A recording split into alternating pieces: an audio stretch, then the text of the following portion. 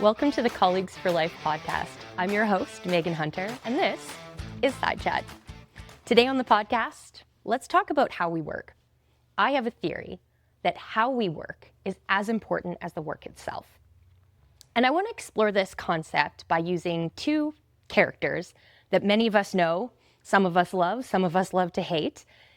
And not that it's a binary, that it's a only this way versus only that way, and not to say that either way is perfect, but to use these as examples for how leadership shows up and what it can leave behind on a team, on a person, that either makes hard work harder or makes hard work easier. I've been thinking a lot about the leader I want to be, how I self-lead on a team, and also how I lead when I'm in spaces where I'm leading, facilitating with a team, or even myself in a room. We all practice leadership and we all have responsibilities to lead in the world, whether or not we see them that way, formally, informally, whether our title says it or not. The two people or characters I want to explore today both produce excellence. So that's not really what's up for debate. Because at the end of the day, you want a high-performing team. We're looking for excellence. That's the goal. Excellence. Now, I think the missing piece of excellence is the human element. What is excellence within human capability? And also human sustainability. One of our characters is a sports name, and one of our characters is someone who runs a reality TV show in a kitchen. So you may have already guessed, we're talking about Ted Lasso and Gordon Ramsay. So I'm not saying that Ted Lasso or Gordon Ramsay are, either of them are perfect or necessarily doing everything right in every single way. We're also looking at a reality television show and a dramatized show about football or soccer, depending on where you're from. These are both two people who produce excellence in their work. And I would say maybe sometimes they do and sometimes they don't. There are downfalls with both. However, those who lean into the style that both of these men are offering come out with a highly refined skill set. Let's start with Gordon Ramsay. Picture yourself in Hell's Kitchen. You're a solid chef, you came to learn. You knew it was going to be difficult. You knew what you were coming into. You've watched Gordon Ramsay before. You know he's into excellence and he will tell you when something has gone wrong. That kind of predictability in behavior can be really helpful when we know that somebody is going to react harshly, really, consistently. You can kind of brace yourself for that. You know Gordon Ramsay is going to be after you if you get things wrong. You also know that if you get it right, he will tell you. And because he does not give compliments abundantly, you know that when you've done something well and he tells you, you can trust it. So there's great lessons in that too, is when we are direct and honest, people know that they can trust you. The point that really stood out for me when I was thinking about this, about the Gordon Ramsay approach, is asking myself, do we really need to yell at people, call them names, and belittle them in order to get the excellence that we're looking for? If you're a chef coming on this show and you want to refine a skill, wouldn't it be nice if someone showed you? And maybe they are strict about it, but do they need to yell? Do they need to make you feel worse about yourself? I think what's interesting about people who want to perform and learn and excel, which for the most part is most people, I would believe, actually more often than not, we're not shown what excellence looks like. I don't even know if we ask the question, what does excellence look like? What is it that you're expecting? And even when we do ask them, sometimes they can't communicate that abundantly to us or clearly to us. The funny thing about skill acquisition and people who want to learn is that when they mess up, they feel a lot of shame, tons of shame. And in that moment, if you happen to be with Gordon Ramsay and he just starts calling you the names, maybe even worse than the ones you're already calling yourself inside, it makes the shame grow larger. And when shame and doubt and, oh man, I really can't do this, gets bigger, it pushes out the focus, the concentration, and even the nervous system regulation that you need to hone in on doing a technical task. So if you have someone showing up to learn a task, they're already decently good at what they do, that's why they're there, and they're being yelled at, even if just for entertainment, we are teaching them and the audience on a more broad scale that it is okay to yell at people when they don't do something that they came to learn perfectly the first time. When I was 10, I wanted to try ballet. My mom put me in ballet class, and I was decent. I was tall enough, and I really liked to dance, and I liked the music, and I understood the physicality of it. What I remember the most about ballet was having one of those blind rods, you know, the old plastic crystal ones, and I'm totally dating myself now, but you twist them and the blinds would go up and down. We would have those taped along our side when we did certain activities to understand what it felt like to be perfectly straight. It was feeling that rod as it pinched you if you turned in different positions. Actually, it pinched you even when you were doing it right.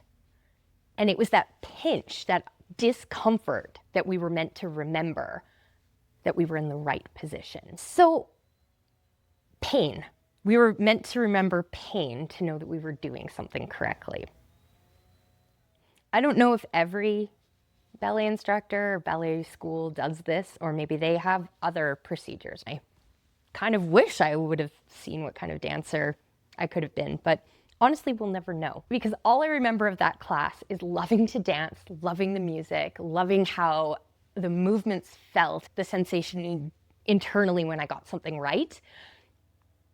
And then I had to remember pain to get it even more right. So we'll never know if I could have been a good dancer. But what I do know is that the experience of learning was really unpleasant, and it could have been more pleasant. All right, so back to the kitchen. We have the chefs who, let's say they won Hell's Kitchen. They got through, they got the nods from Gordon Ramsay, he gave them the gold star, they won, they now have their own restaurant. That chef was given a hard time learning a hard skill.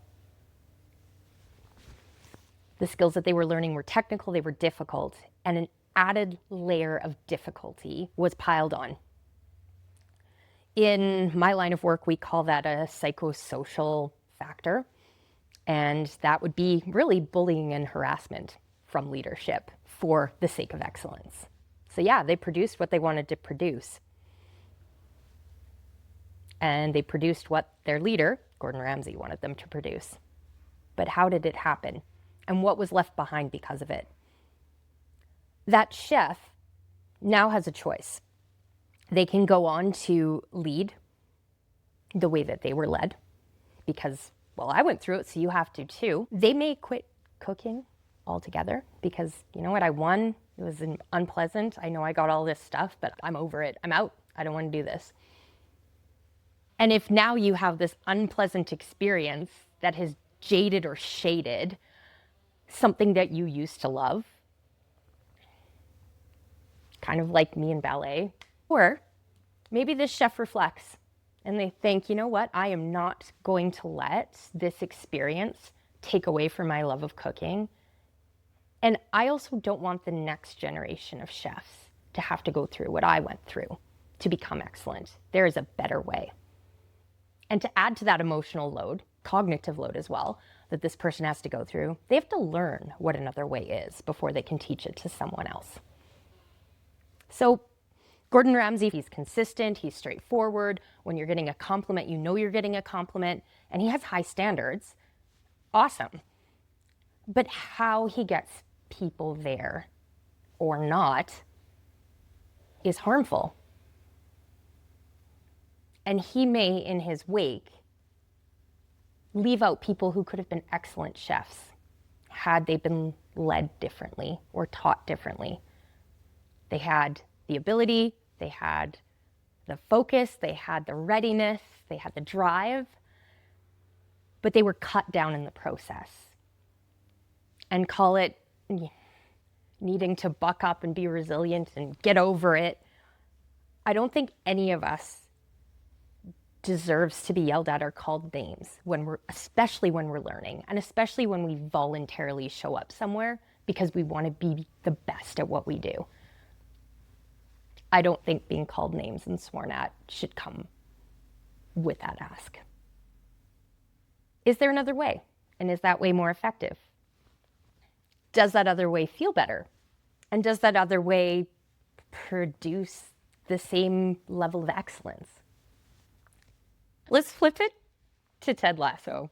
Ted Lasso builds teams where cohesion, compassion, caring about each other matters. And when things aren't going right, there's sometimes some push through and some tough love and some, we did that. There's also rest and recovery after. I also think rest and recovery needs to happen everywhere with every sort of work and sport that we do, whether it's cooking, flying an airplane, driving a computer, whatever it might be. We need rest. Our brain needs rest. Our body needs rest. Our nervous system needs rest from work. And we work better when we have adequate rest. I really like how the show Ted Lasso shows the rest and recovery cycles. I also love the push that they do, where sometimes they do extra hard drills, or there is a little bit of you're going to do this as a team, even though it's going to be hard, and pushing them through their capacity where they need it, so it stretches them just enough and then gives them the rest so they can come back and then go out on the field and play a great game. So the other thing that Ted Lasso does that I really enjoy is that he gives people feedback in the way they need to hear it. Not the way that he gives feedback best or likes to give feedback. It's the way that the people on his team that he leads needs to hear it. And even the people who are considered peers, or even when he's talking to people who are above him, he knows how to adjust his message in ways that others can receive it. And that's a gift. It's a skill, but I think it really comes from caring.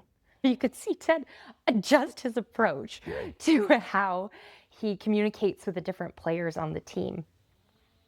There's some things about Ted Lasso's leadership that actually made people feel a little isolated, because when everybody belongs and everyone has a place, some people don't feel special. And I know that sounds silly, but it can be the beginning of an interpersonal conflict. It's a human experience. We want to belong, but we all want to feel like we have a special place in that belonging. Now, again, he's human, so there's not perfection in his approach. I think about maybe he didn't hold as strong of boundaries as he could with certain players, and he could have been easily taken advantage of in certain circumstances. He clearly had his own internal struggles that he's working through. You could also see that he believes in the good intent of others, and that the people are there because they want to be. And if they aren't there because they want to be, he gives them reason to want to be there, to want to be on that team, because that team cares about each other, and they care about the game, and they care about excellence, and they care about the process. I think what's interesting about sports in general is that you can play an excellent game and still lose. Does the really excellent game that you lost make you a better player? Probably. What's the harder part there? Losing the game, especially after you played an excellent game? There's a huge lesson in that. And with the right coach who doesn't make you feel worse about losing, they would pinpoint the places that you were amazing. They will pinpoint the places where the other team still outplayed you and help you strategize for next time. hey, you could have the kind of coach that when you win and you play that crappy game, they rip you across the coals. So it doesn't even matter that you achieved the goal. They will make you feel terrible about how you got there. I don't think that works either. I want to work with people and leaders who recognize that everyone carries something. I have another theory, I have lots of theories, that in the airport of life, we are all carrying weight.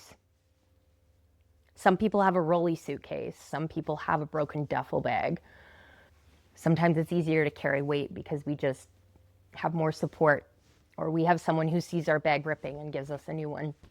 But I think at the end of the day, being a leader who believes in humanity will not only just produce excellence, they will help their team and the people who are around them learn from the things that don't go 100% right. Learn from the things that were difficult and not feed in the shame that most people already feel enough of in life. I do love Brené Brown's work on shame for some of this, as it unpacks how damaging it is to think from a space of shame. And not necessarily guilt. Guilt and shame are very different. It's good to know and have your own internal compass that tells you when you've done something wrong. It's what you do after that makes the difference. But when we feed into people's shame, we don't find the lesson. We don't move forward. And if anything, we've given that person extra layers and extra weight to carry in a bag that may already be ripping. And I'm not saying that we don't do hard things. I'm saying how we do hard things is what matters. If you've listened to this point and you're thinking, wow, it's really a Lasso versus Ramsay conversation, and I'm going to choose one or the other, you've missed the point.